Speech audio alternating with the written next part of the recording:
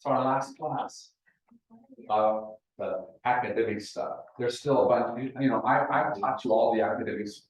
Char still needs to work on your spirit a little more. So much work. Is it each of our class? Yeah, And so we'll. work on his spirit in the office. Yeah. He works on that. I like that the ending topic was journey. Because all of this, the journey from Pelagius through, has been what do all these people teach us? What have they taught each other so that there is a journey from 2,000 years ago to today? Because I hope you've seen that it's not just a monolithic, it was and it always is. There's themes that go through, but there's also growth and change, and each person adds their layer into what is Celtic theology. All right. I like that they embody that journey, that aspect. And so should we. So the basic question we're going to kind of ask today is, what journey are you on because of this class, because of this book, because of our time together? What journey is it causing inside of you? All right, so you don't have to answer that right away. Just kind of keep that in mind as we go along. How did the book hit you? What pieces stood out for you this week? Getting out of your box and taking chances and going for your passion. That's really good stuff. Yeah. And especially because if you've lived in any kind of a box type of place, whether it's a city that he struggled with, or a certain set of ideas or ways of being, it puts you into boxes. Well, COVID put everybody in the box. COVID put all of us in the box. Yeah, that's right. Yeah, absolutely. And at least part of what he's saying is, you gotta move somewhere. I find it interesting in Tucson. I think that there are so many people that have come here for some journey. It's part of their journey, at least the people that I've met. Whether we realized it or not, we really were looking for a way to get out of the box that we had been in. Yeah. And I think that's makes Tucson a really fertile place for creating things. That's one of the reasons I really like Yuma too. Half the year, the town doubled in size. From all these people who were on a journey from all the cold places in the world to a warm space like Yuma. And it made for fertile ground. It puts us in a different space to be in a space of traveling. And that's a good thing. The hard part is that it's really easy to get stuck wherever you are. And to say, I don't have to travel any longer. And his whole thing is, well, you should. So I think you're right. I like Tucson for that very same reason. And actually, I think what has happened, what happened for me is I had that sense of journeying, and then I got comfortable and I created my own box here again. We all do. And so now I'm working on a different kind of journey. Yeah. But what pulls you out of the box is a really good question, because we get there for a lot of different reasons. And it's, I talked to somebody today who was a college professor, comfortable, had all the stuff, right? Things were easy. He didn't have to. And said that when he retired, it was one of the best things he ever did, because suddenly it did toss him out of the box. And he suddenly looked at life differently than what he'd been doing.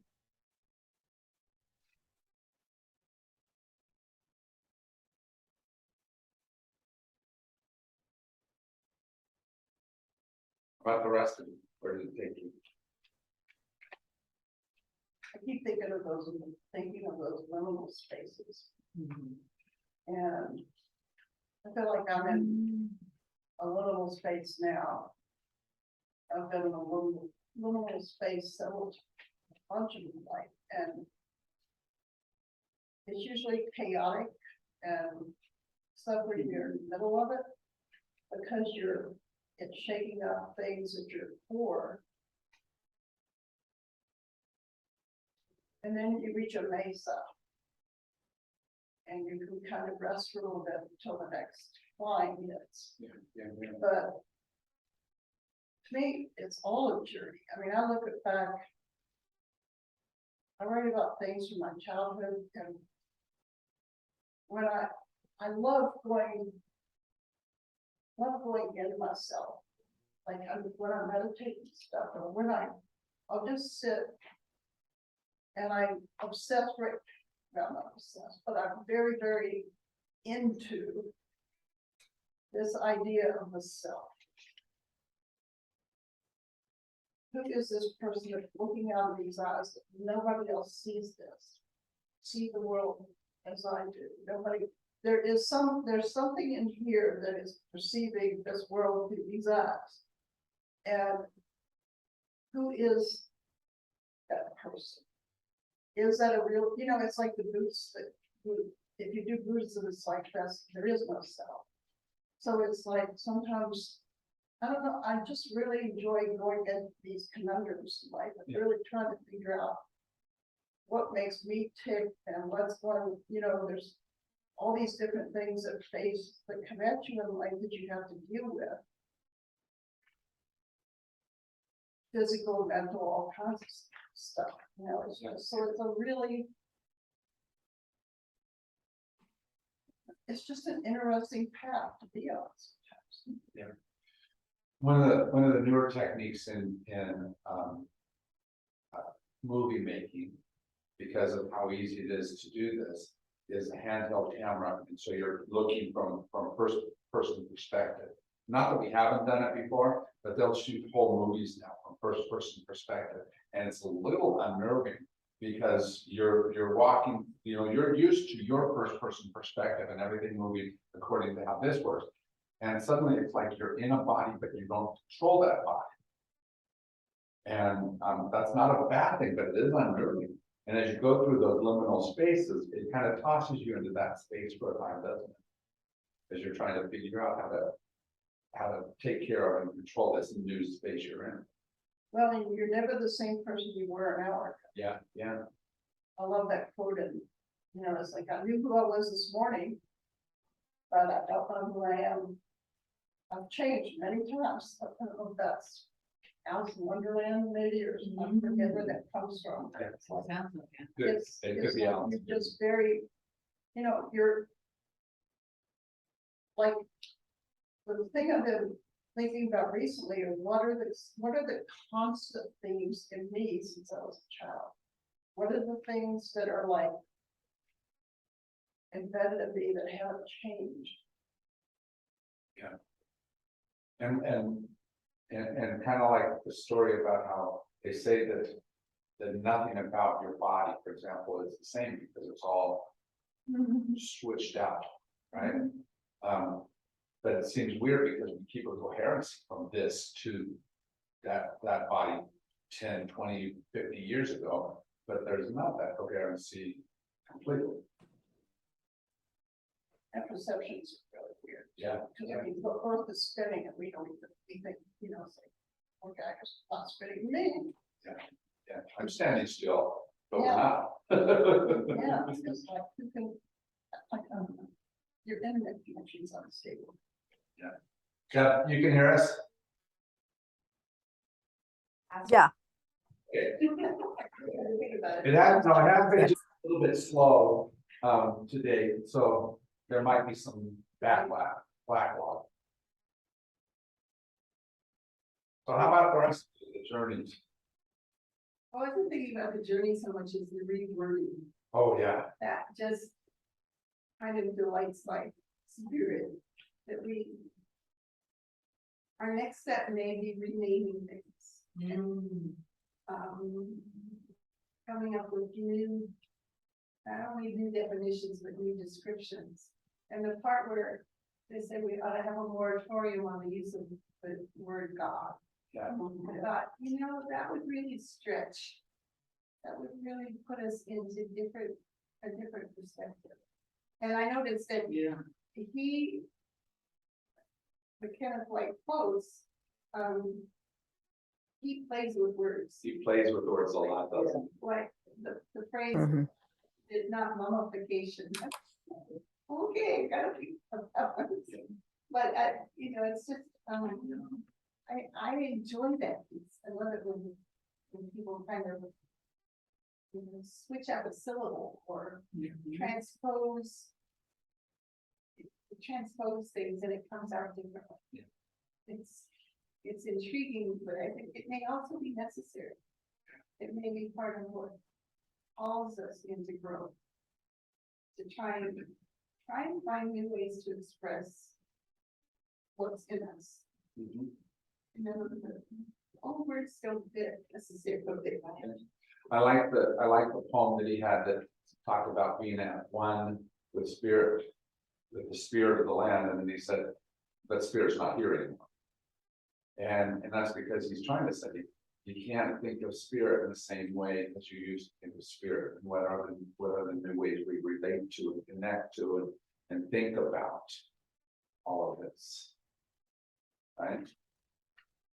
And some of those words always bring us back to the same spot, and maybe that spot is not the definition we need for right now, right here. And I don't know if it's related, but I think somehow it is that I'm becoming more and more enamored with poetry, especially news poets. And so I can't tell you how much I enjoy and being really selfish about sharing Sherry Collins' book. There are so many gems in there. I've shared some of them with Shar. One of them is in defense of reading. And she said, I don't read necessarily to learn more, but to remember what I've forgotten. I think, because I've always got a book going, always, you know, it would not be sensible not to, but it's just, and so Barbara Kingsolver doing poetry, Sherry's book of poetry, Cynthia's, all have been touching me in ways that maybe I just didn't look at poetry that much before, but it's quite magnificent for me. I think sometimes this type of poetry that he uses here, all of these really good word crafted, but it's also just conversation, as opposed to some things that you read are more, let me teach you about. And poetry is less teach you about and help you experience. And especially this period, this type of poetry, and Cynthia's poetry invite you to come. Right? They set a really good invitational table. Because it's not too high-minded. You know, it's easy. Yeah, I guess I think I thought of poetry before as kind of the classical stuff. Yeah, And that's harder for me to get into. yeah. I don't know why, because it just is. But some of the new poets, there's a Vietnamese poet whose book I'm long. No, but he has a poem that I bought the book for about violence in our language. And he just lists all the ways we use violent words in our common conversations. Like, you're killing me. Yeah. And that's a bomb. And it's not a list, but he's got these phrases that it just kind of hits me right here about how careless we are. I am. Or just use People it. around me are. Yeah, and kind of in that, and immune to it. That's not what I mean, but we've gotten used to it. Yeah, I've gotten used to it, and This just becomes so much a part of yeah. everything around us, everything that we use. Yeah. A great person in poetry, and I think I'm pretty sure she has a book out. I saw it at the library, is the woman, the lady, who did the poetry at this last. Amanda Gorman. Yeah, right. Some in amazing. operation. Yeah, really some good Just stuff. amazing. Yeah. You know, if you read some of the other poetry other than the hill we climb, or I think it was the hill we climb, or Yeah. whatever, yeah. Mhm. And what I like about this type of poetry, it's different from the classical fact. In English, we decided that certain rhythms, certain rhymes, combined patterns were correct. Right, iambic pentameter. And this type of poetry doesn't necessarily follow those types of rules. And so it leaves us in a different relationship. All of that. And I think it's a good relationship. Cadence. Yeah. The difference between structure and having it be organic, Yeah, yeah, and that is all over the place. yeah. You know, what you were saying about the words, I read an article recently about the naming of boys. And how the names are changing to like killer and these really like, aggressive names. You're actually naming the kids that? Yes. And what do they do when that kid turns out to be gay or trans? Yeah. They can be themselves. So, yeah, but you know, I've been thinking about that too recently, that, it may be getting more and more difficult to name children when they're tiny. Because we really don't know who they're gonna turn out to be. We never have, but we arbitrarily and arrogantly said, you're a Daisy or you're a whatever. And we think it would be like that. That's kind of demonizing the child before they're even 4 months old, and giving them names like that, Sure. in my opinion. It's just- But I think we all have to decide how much we let our name, you know, like my name. James is the New Old Testament term Jacob. Okay, those are the same words. And Jacob was the supplanter. When he replaced his brother, right? It was actually Jacob and Esau supplanted his older brother Esau. Mhm. And I knew that very early on, and I wonder how much I internalized that knowledge. Right? I don't know, there's no way to know that. The naming the powerful act. Mhm. But most couples, when they're naming a baby to people, they name the baby after somebody in the family, or they've got a name in the book that they like, and something just sort of gels. Then, oh yeah, that's the name. I don't know anybody who's said, oh, we're gonna name the baby James because it being this or that. I did. Yeah, I Yeah, do too. yeah. I do too. And why, what was your? Yeah, I was really specific with Really. mine. Yes, Can you hear me? yes. Vanessa was my first daughter. I originally wanted to name her Persephone, and I caught such flack because I liked the name Persephone. I thought it was pretty. I caught such flack because she did spend part of her time in the underworld that I didn't do it. I named her Vanessa, and Vanessa is a word that means special and hard worker and royal. And it was really important to me to have those kinds of things. My second child's name was Ariella, and that was specifically chosen because it means lioness of God. And I wanted that bold kind of thing. And I recognized that each time I called their name, I was going to be putting that out there. And then my third daughter, my husband loved the idea of Brianna, which means a free spirit. Oh my God. We nailed that. That one certainly came to pass. She is definitely the one of mine that goes wherever she wants to go. And I think the words that we speak on our kids are really important. In our house, there is no scare you to death or anything like that, because I don't like the idea of declaring death over something that's not important. So there's a lot of things that we don't say just because I don't want that manifest in my house. Because you're rewording your world. Yes. Brianna was born with cystic fibrosis and wasn't supposed to live.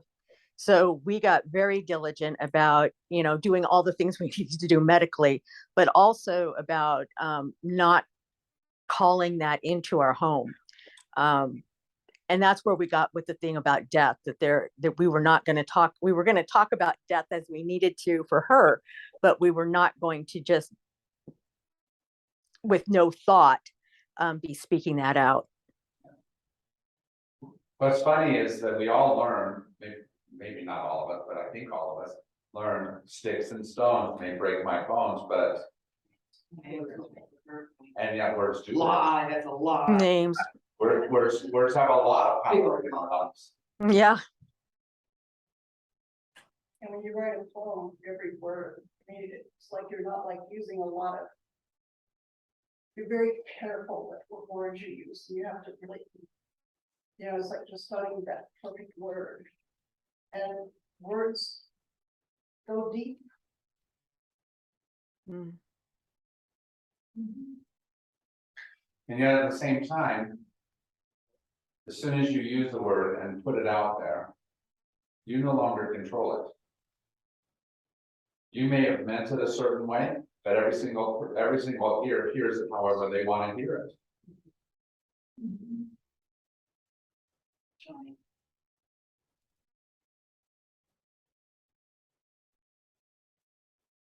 Yeah, it's the tone of your voice too, the inflection, what emphasis do you put on the words?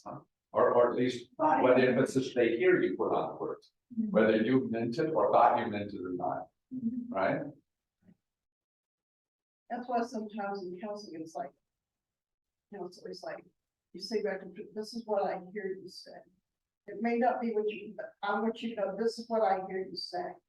You may not have meant that, but this is what I'm perceiving. Because it oftentimes is not the same thing as what, it's like, you're just talking pretty fast. At least part of what I heard in this, and I think this is important, that it's not necessarily that you reject the words, it's that you redefine them. And that you are Mhm. not just saying, that's a bad word, I'm never using that. So much as you say, I'm going to say it in this way, I'm going to give it this meaning. So that that word in your world becomes a very different meaning than what somebody else may mean to it. I like you to use the word describe instead of define. Yeah. Because the defining feels very limiting. And I think sometimes we need to really describe what we're trying to say. Yeah. And define has a, I think, more finite sense to it. And describing the same, here's the flesh that I'm putting on the bones of this word.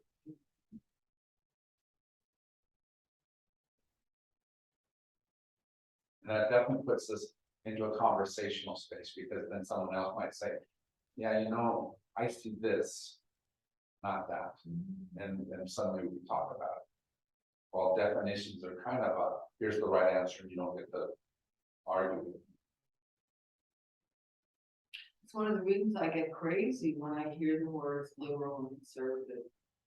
And then it's almost like when I hear somebody say either one of those words, like I don't really want to talk because I have no idea what they're really meaning. Yeah. We've hardened those words, haven't we? Same thing with, for example, pro-choice, pro-life. We've hardened those positions into a space where there is no conversation happens between them, because we've given all the meaning to it within the conversation. With certain people, not with everybody. Not with everyone, but too often that has become, in that debate specifically, it's become now I don't have to talk about it, but I already have the right position, no matter what side you're on, right? And yet, if you look at skills, if you look at the hierarchies of moral reasoning, both of those positions are very high. On Colbert scale, for example, they're both very high moral stances. And we don't want to think that, we want to think that the other side, whoever's against me, has a low moral stance, mine is really good. But both of them have very strong moral value, I already suppose. that's probably why they're so potent. Well, the thing I like about this whole book. And the whole journey I've been on. Like, without even knowing kind of what I meant a long time ago, I said, I'm looking for what's sacred about it. And sometimes it's like, if this was a world where we genuinely saw the earth and every other person as sacred, it would be a totally different world. It's like we wouldn't have all, there wouldn't be, it wouldn't be this world, but you know, it's like part of me is like when I was reading Parable of the Sower, you know, it's like she sets out to start this utopia from this awful world she's living in and stuff. And it's like, I have no idea how it started a perfect utopia. I know in the 60s, I tried commuting and that certainly wasn't, that wasn't a good space. So it's like, how do you find some place where, how do you make your world so that, how do we make a world where everybody sees everybody else as sacred? That would be ideal. We don't live in an ideal No, we world. don't, that's what, yeah, I know that, but I know that when I was at the apartments, there was a guy there who was, oh my God. Tony Trump, if he could have even been there at Capitol on January 6th, and this guy was like. He was also the guy that came to me and an elderly neighbor and offered us his help at the beginning of the pandemic, who always came by to help and check out on things. We had all these really cool conversations if we stayed away from politics. And I just remember telling him, Chris, you are so special in this world. You're so filled with hate. I said, I would just like for you to feel a whole bunch of love water sometime. And he didn't know what to say to that. But anyway, you know, it's like, if you get past posturing sometimes, you know, it's like, and just, I don't know. But see, that's why you have to, now he meant rediscovering the earth as meaning go back to the earth and feel up between here. But I think that there's a certain amount of where we have to rediscover how we lived in this earth too. Because we have these paradigms that we live out of that are really hard for us to figure out how to not see somebody a certain way, not react to a certain thing that they give to us, not immediately have a definition in our head as soon as we see this type of thing go forth. And nobody's that unidimensional. We're all much deeper and broader, like Chris, than that. And if I can only see the one thing in you, we're gonna have a hard time relating. And I think part of that is because we think that it would be much simpler. That heaven, right, is that place where everyone thinks just like me. Right, and we don't have conflict because of that. And I'm not certain that that's what it is. I think whatever that glorious sun-filled land is where we figure out how to value and be with each other in the midst of things that are not the same about us. Maybe even the things which sometimes are difficult from one person to another.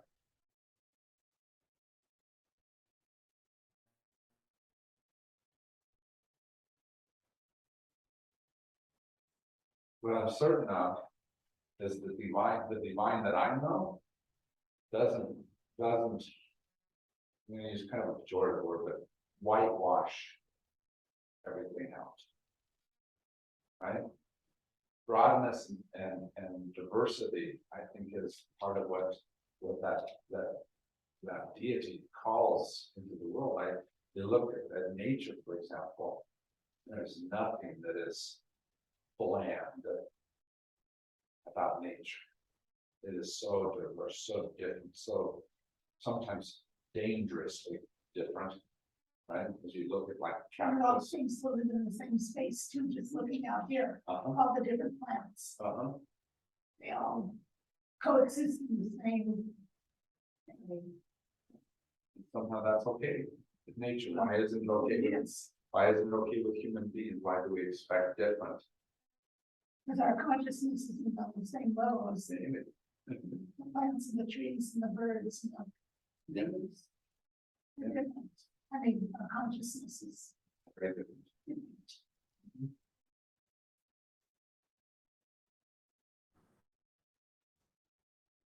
Do you think anybody has the answer? Everybody has to figure it out for themselves.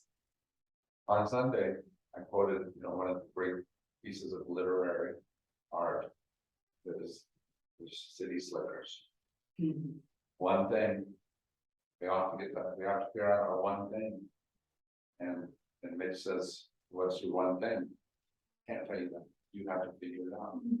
And ultimately, I think that that's the key to all this. We'd like to give each other the one thing, here's the ultimate truth. But is that what we're truly put here to do? Is to give each other ultimate truth, or to help each other to discover. I mean, that's how we started in practice, right? What are your three essential things? And know that those things will be different tomorrow or by the end of the night. And the Celts were really attuned to that, I think, because they were so attuned. And I think, Charlotte, it's not just being attuned to that, but it's also being permission giving to each other. Because I can be really attuned to that for myself. Oh, I'm gonna find my three things. And I'm gonna give myself permission, but Joyce damn well better listen to me. Right? And follow what my three things are. I mean, we do a whole lot of that, don't we?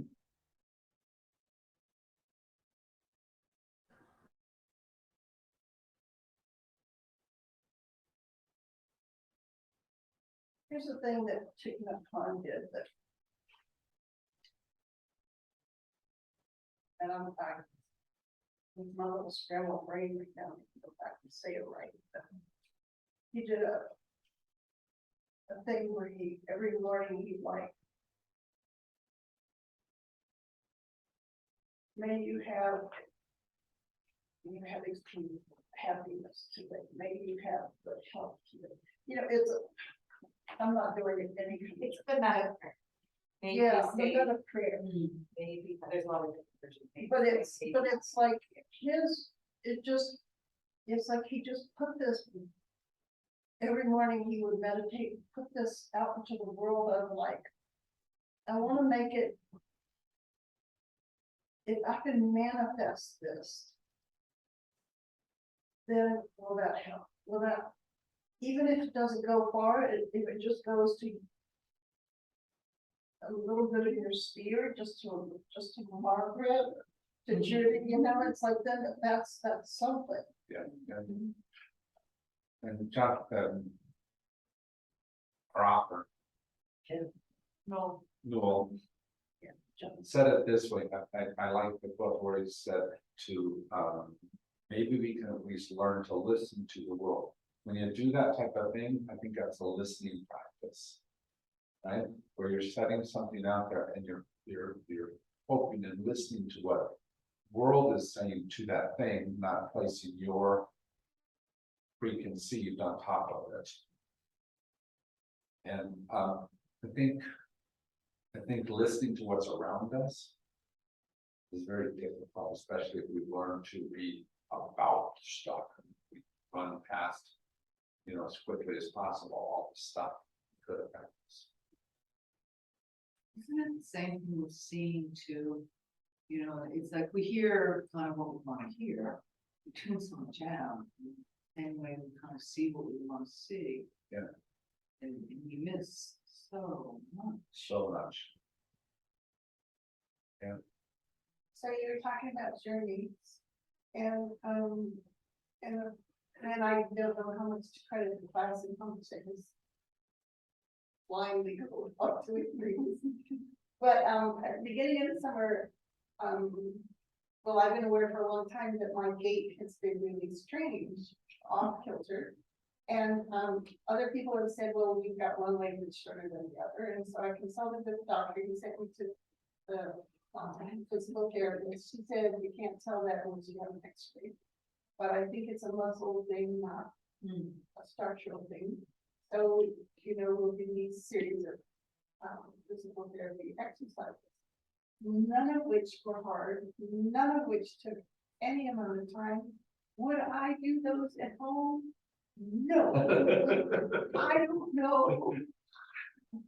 You know, I would scold myself, I would fuss, I would carry on, still couldn't do it. So I finally, you know, I admitted to her every time, you know, I haven't practiced this, and it was ridiculous.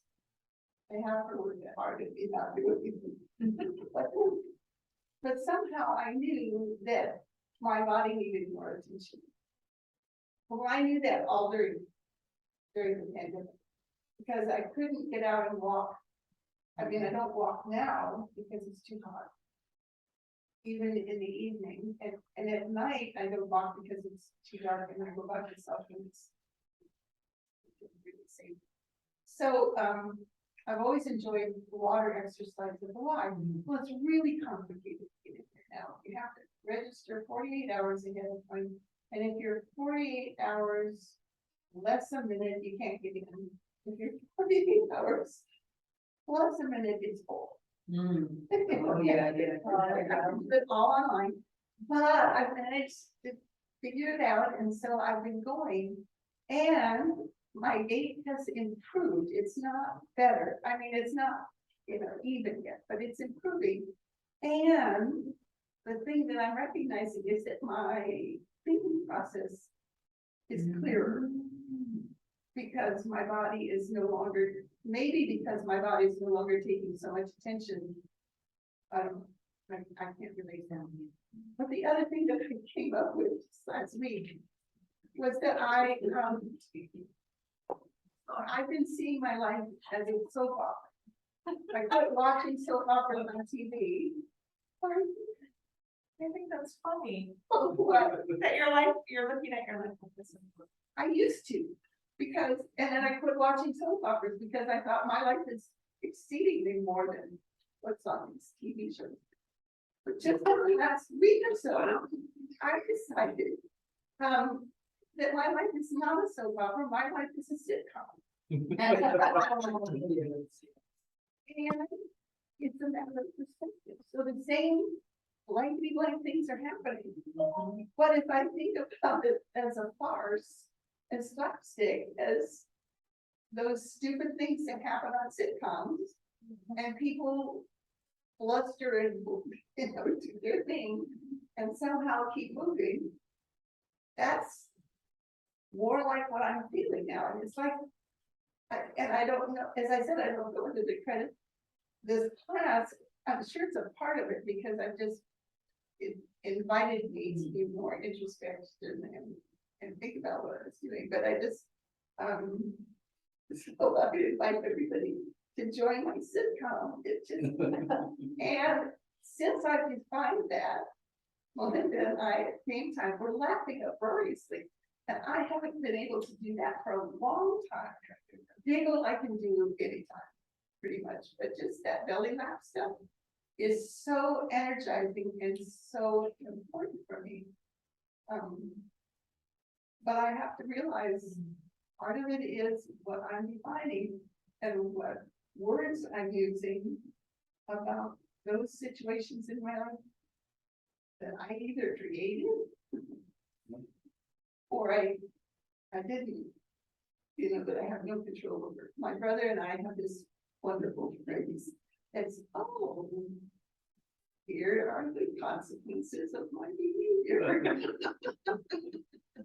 But what I love that you just said, Judy, and thank you for sharing them. But it's what I think he was trying to talk about when he said the journey is liberating whether or not we ever get to the new land. Right? That the journey itself frees up spaces within us as we're trying to move beyond and around and through and whatever happens to be, whatever the journey is for us. That's a good action. Just by itself. I tend to think of my life as a play with all these different acts. You know, this was my childhood. This was, then we change the scene and we go to, you know, the college act and stuff, you know, it's like, okay, then you go here to this act. It's like, I see it as a series of play, you know, it's play. And some of them are more dramatic and some of them are more comedic. Some of the comedy, some of the drama. Yeah, you know, exactly. It's like, and you just have to go through, you have to do your lines. Go through it. Act 1, Act 2. And I won't read. Used to tell people, 4 lives ago, I did this. It's like, you know, You never have to, I no longer have to fight that battle. yeah, Yeah, it's like, this was me 4 lifetimes ago, but right now, it's not. You know, I've been through that, but it's like, this was my life then. and the hard part is getting stuck. Deb and I were talking about a book. This is just one of my favorite books. It's called The Carpenter and the Unbuilder. You heard of that? It's a series of stories, and they're all just marvelous little stories. But the main story is about 2 people that are supposed to be on their way to a luncheon with the king. And it's a ways across the kingdom, right? And so they travel for a while and they stop. And so the carpenter builds them a little structure, right? And they sleep there comfortable for the night. And then he wakes up the next morning and says, oh, I can make this shelter better. And so he takes the day to build it better, right? And each night he continues to build it better. Meanwhile, they're not moving it.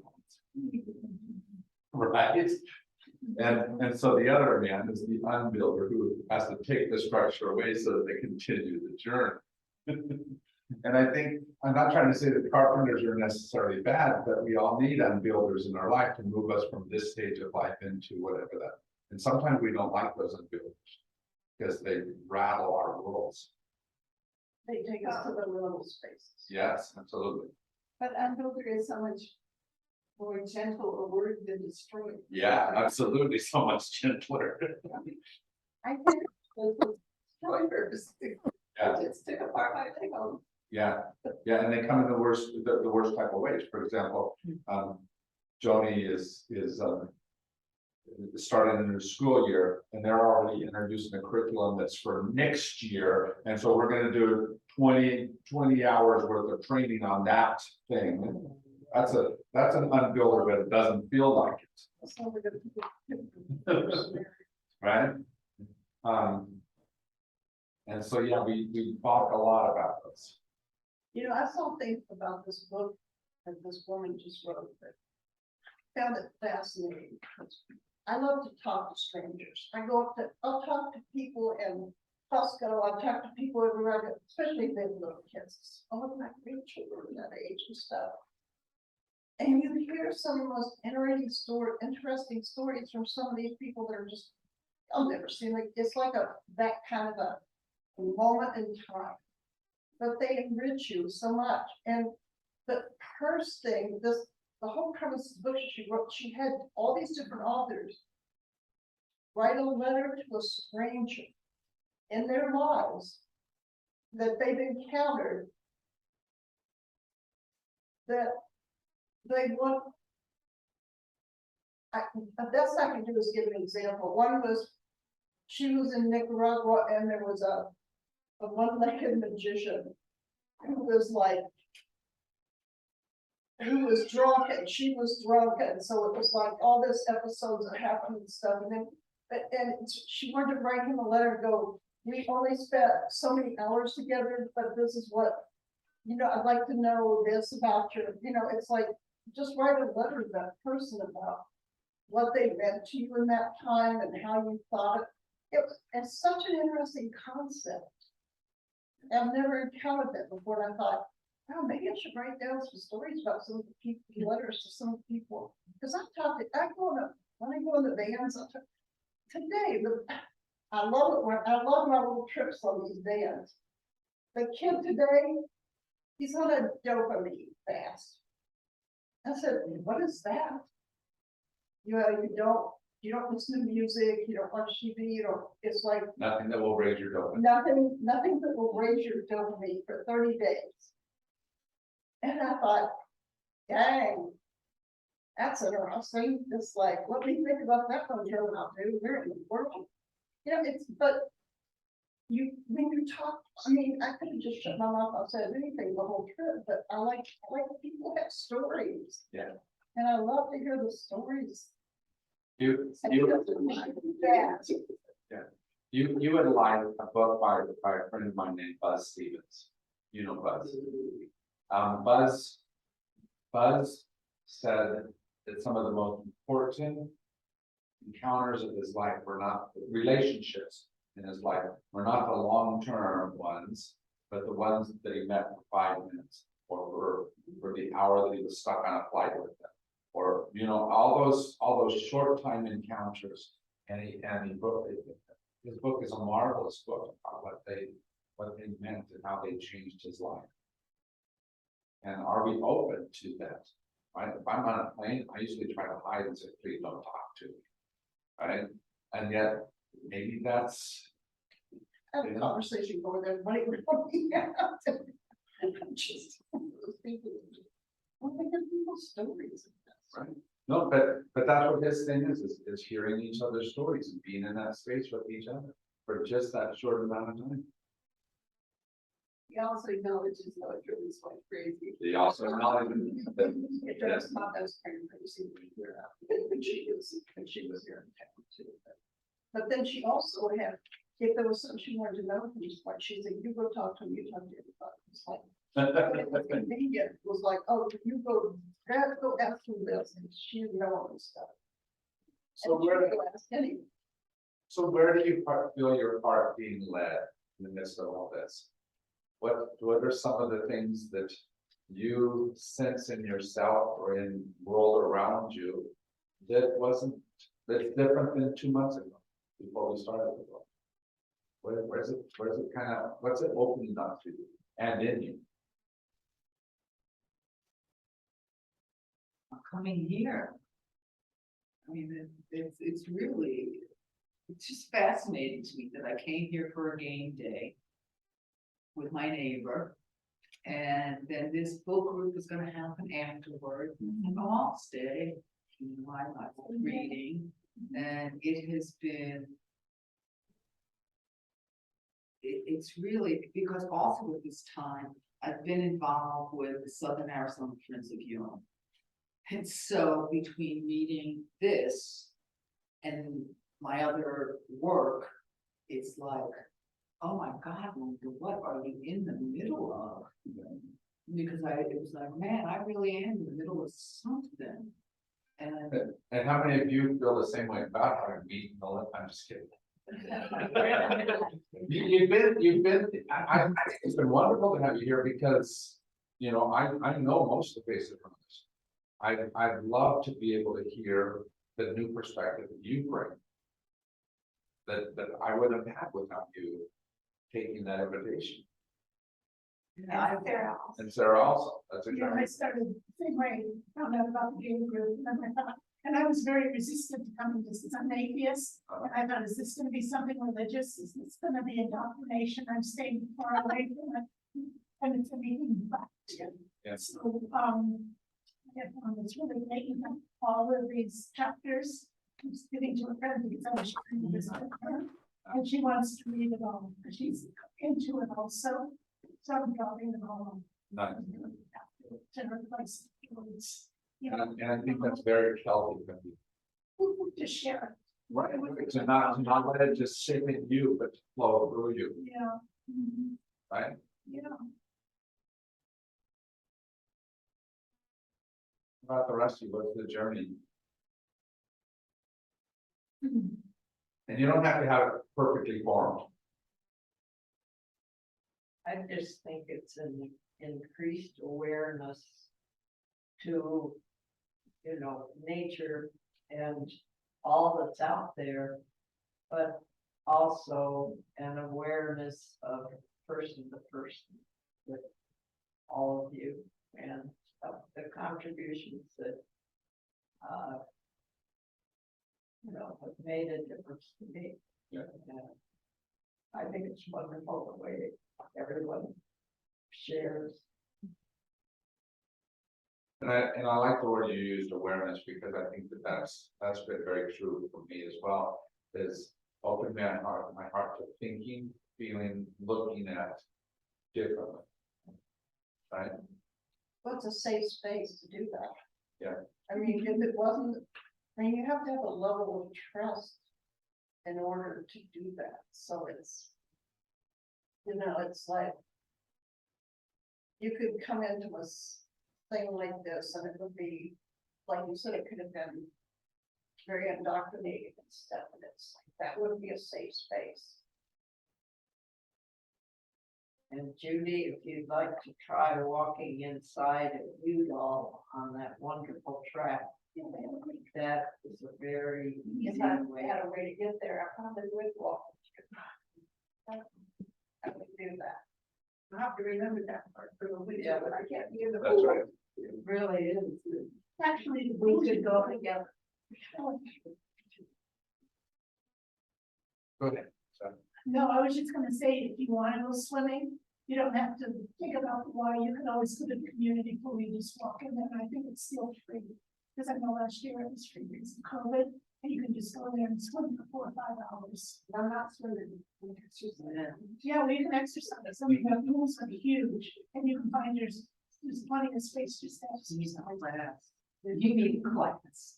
I do, I need it. It really matters to me, and, having somebody, you know, well, yeah, to do it with, but also the last class, she said, I'm intentionally working every joint in your body. So this is what we're doing for wrists, this is what we're doing for elbows, and this is what we're doing for toes and for feet. You know, and I need instruction, I need direction. Don't think of that much. But I'm also thinking, Jim, about what Mike said this morning about how struck he was by the juxtaposition of liberation and salvation that you pointed out on Sunday, that switch in vocabulary is huge in the sense of a church or a spiritual journey at all. The journey is not for salvation, but for liberation. Just, it means a whole different. talk about using a word certificate, which is an Aramaic word that often gets translated as salvation, which is a someday my prince will come word, as opposed to liberation, meaning freedom in this moment, in this place. And the same word has been translated in the New Testament specifically, very, very different. It also makes me wonder how many other words, How many other words have been translated with how specific? different nuance, if we Yeah. really knew the way the group was, it's like Yeah. a whole new adventure we don't even know. Yeah, you know, the one that was that way for me is the one where it's, where it says, be therefore perfect, it's be happy to this, in the Sermon on the Mount. And my bringing up said that means without sin, without flaw, without, you know, no splotches of black on your nice white garment type of thing. And it means whole, it's the word teleos. And it means whole, be complete, which is a whole different sense of perfect than what I was. Mhm. That was one of my journey spaces.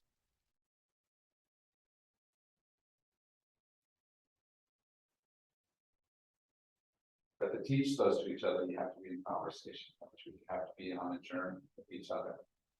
And I gotta tell you that I loved this journey that we've been on. You guys have done a good job being very open, honest, inviting to each other. So thank you for providing the space.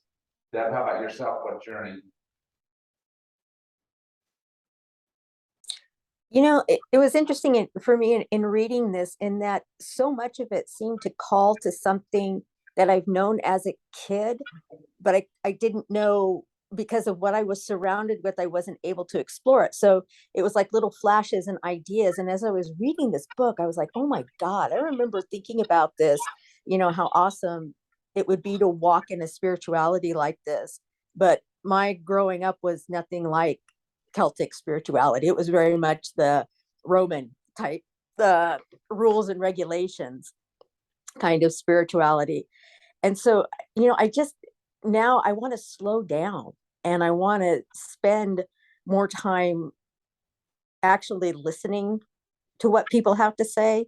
And I want that connection with nature. I mean, I just love it when he was talking about rocks, and looking at that in such a different way than my traditional way. And it makes me slow down, because you can't make that kind of a shift like just making a hard 90-degree angle. I mean, it's like you have to really work at it, because you have to retrain your mind to even think like that. And you have to give yourself permission to think different than what often life is taught. You've taught yourself. One of my best spots here at St. Francis was Joey. Joey, I think, was 7 years old at the time. He's now in high school. And I was busy Sunday morning doing the stuff that pastors do. And Joey said, come over here and look. There's a chrysalis over here. And reminded me that all my important things to do may not be the most important thing to do.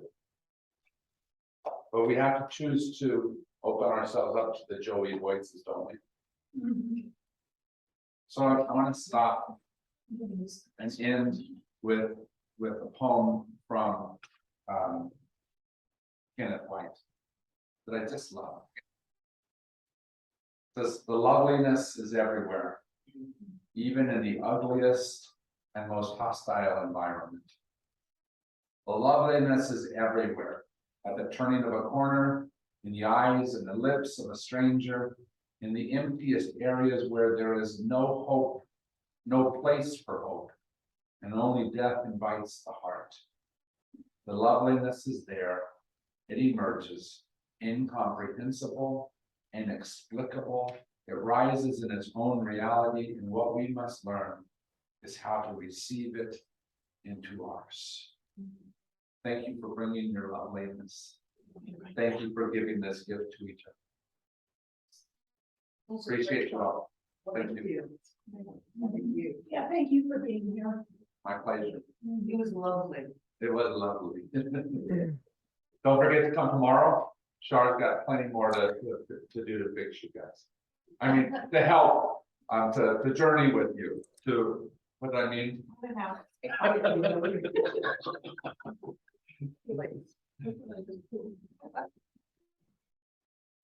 Bye, everyone. Take care, guys. See you tomorrow. You have a chance to be